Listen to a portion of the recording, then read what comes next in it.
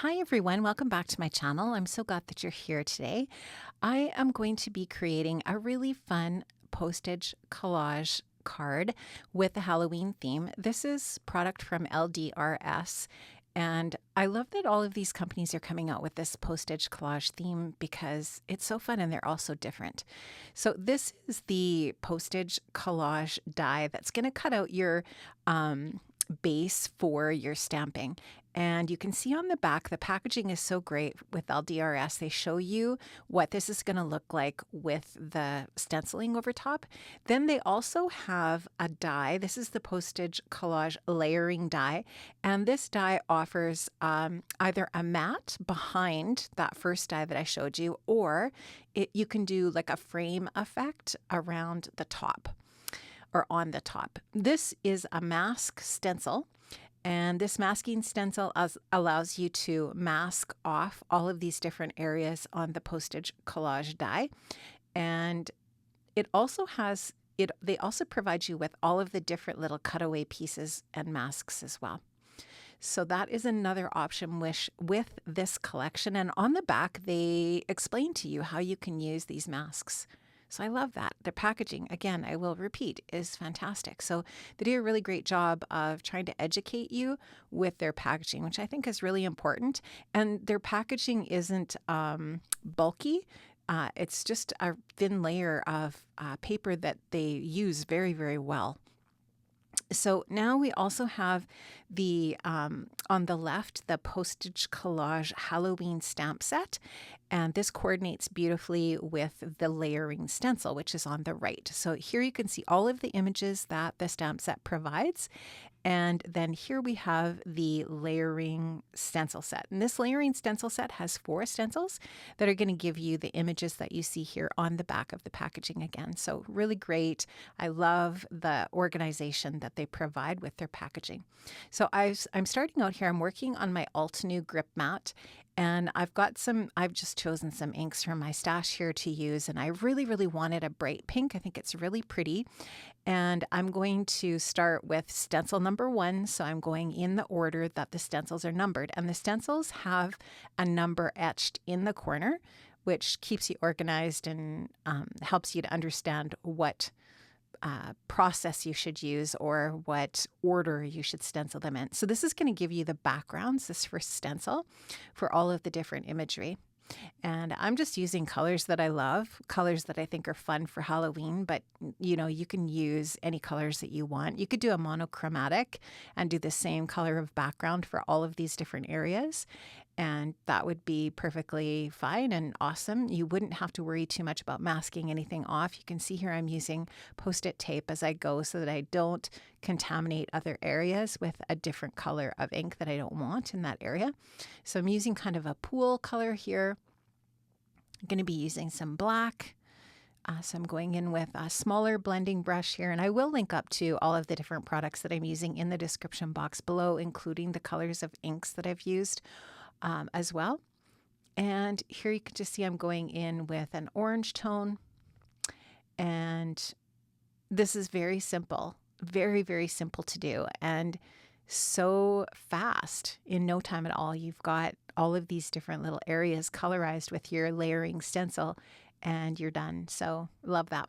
So I wanted to include some orange too, and I'm going to use orange in a few different areas. And you'll see me during the course of the process here doing a little bit of shading. So I'm bringing in a smaller brush here, a tiny brush, and I'm using a little bit of a darker shade of orange just to add a little bit of shading to that orange area.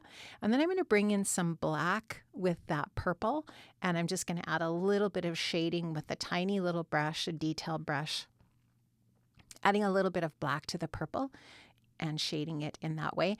And then with the pool area, I'm just coming in with a darker shade of teal to add a little bit of shading to that area as well. I don't add any shading to the pink. And now in this bottom, the lower area on the left, I'm going to add some teal or some pool there. And so I'm kind of trying to spread the colors out. I wanted to repeat the pool color. It's probably going to be the dominant color here because of the cardstock that I'm going to use behind this whole panel is going to be a pool color as well. So I'm repeating that color in the lower left. where we've got that fence and the cat and the pumpkins. And now I'm just going to peel that off. You'll be able to see what that first layer looks like on our background. So I love that. Now you could do all of your stenciling first and then die cut it. Totally up to you. It's whatever makes the most sense to you in your mind, or whatever process you like to use. Now I've got stencil number 2 up here. I'm adding the next layer of ink. So now we've got the backgrounds covered up, and we're adding detail to some of the detailed areas that are in the different images. So this one is a hat.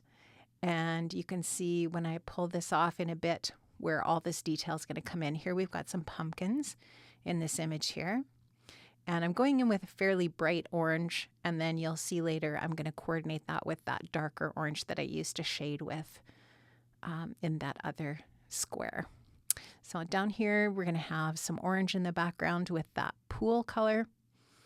And we're also going to have a little bit of orange with our skeleton or our skull.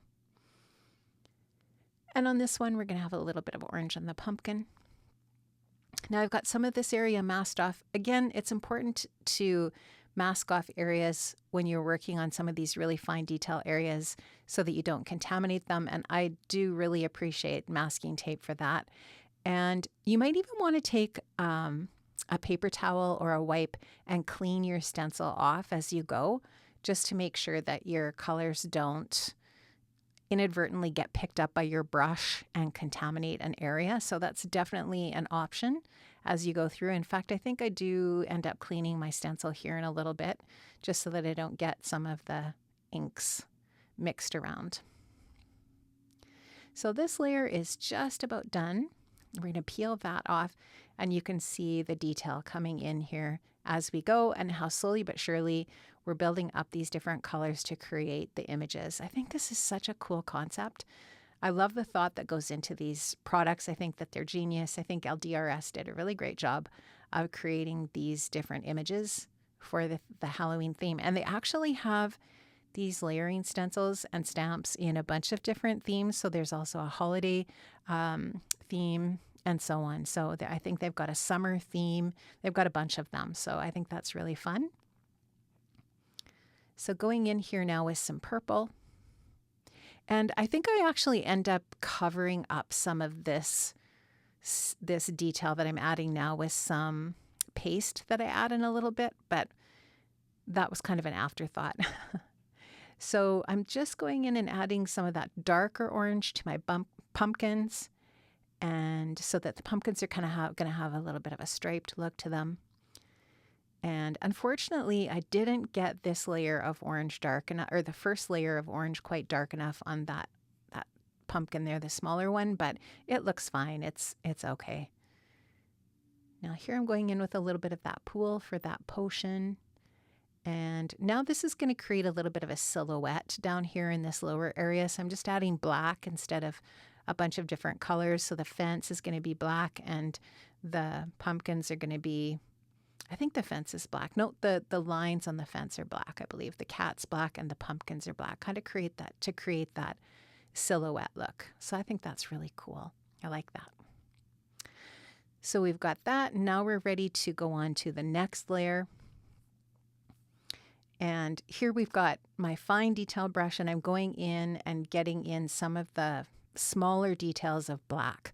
So the face on the ghost, the faces on the pumpkins, the bats in all of the different areas. You'll see me eventually get to coloring the stenciling in the cat, the black cat by the skull.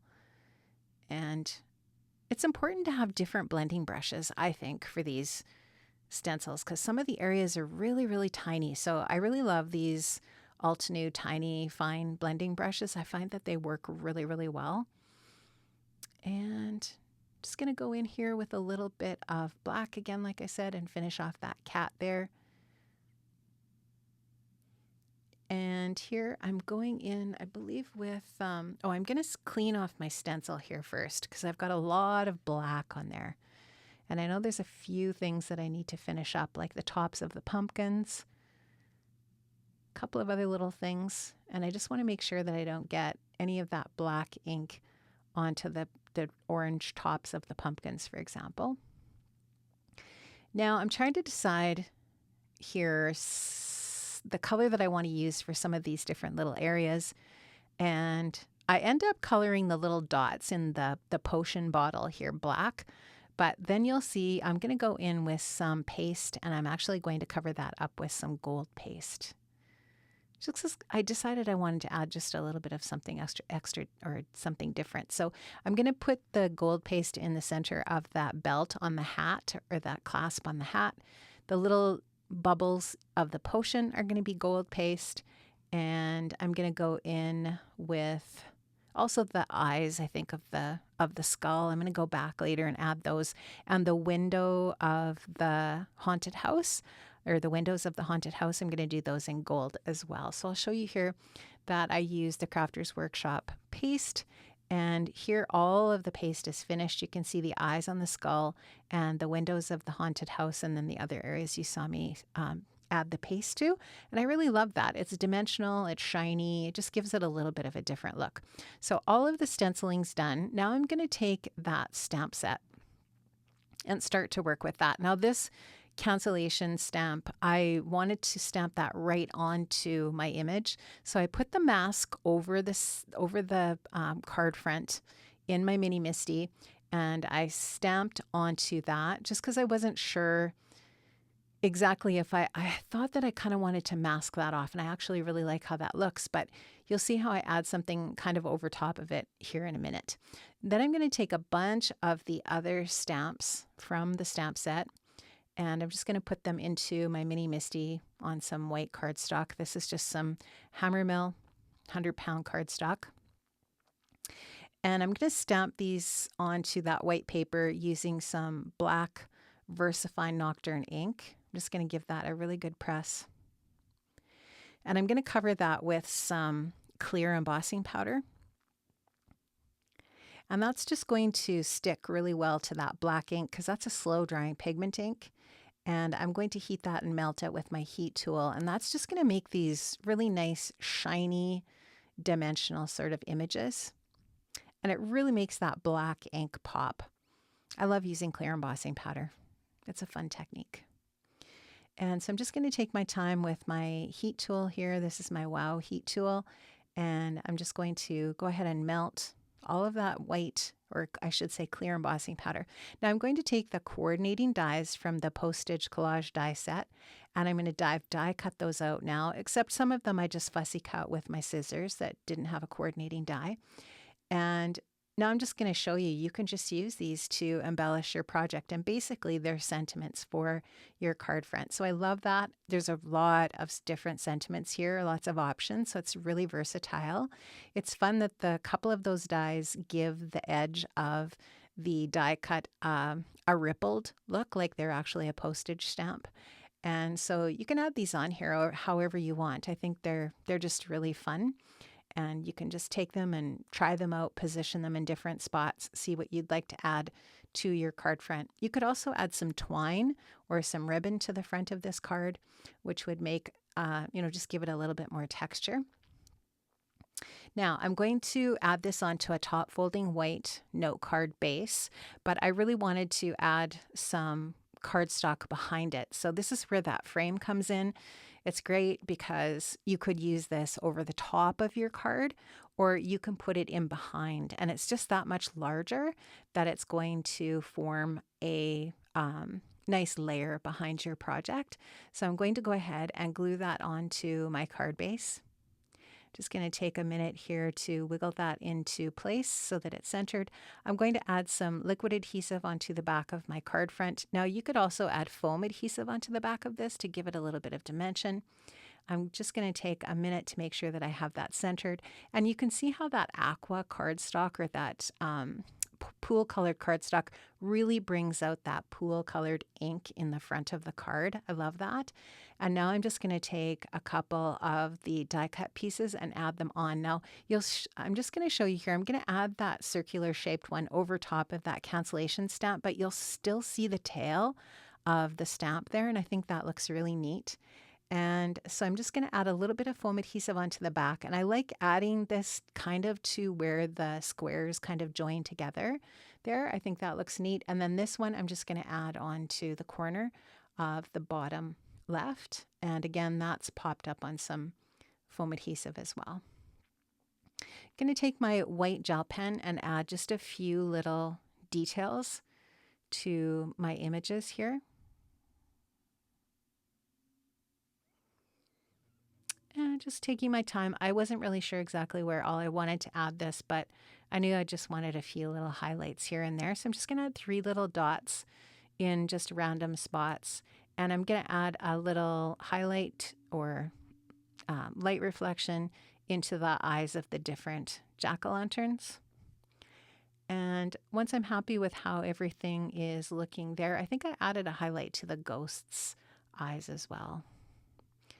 And then I'm going to take a couple of the die cut pieces and I'm going to add those to the inside of my card just because I thought, well, I've got these, I might as well add a few little details there as well. So I'm going to put that spider web up in the top corner. And then I'll take another one of the sentiments and put that into the center of the inside of the card as well. And I really like how that finishes it off. I think that it looks really fun. Now I did take some gems that I have from my stash, purple gem, and I added that, and I don't even think I showed it in the photograph, but I added it to the center of the circular die cut on the front of the card just to add a little bit of sparkle and shine to the front, and that finishes off my card. I have linked up in the description box below, friends, to the products I've used today. Those are affiliate links, so that if you shop with those links, I will receive a small commission at no extra cost to you. Thank you so much for stopping by today. I really appreciate it. Have a wonderful day, and I hope to see you again soon. Take care. Bye-bye.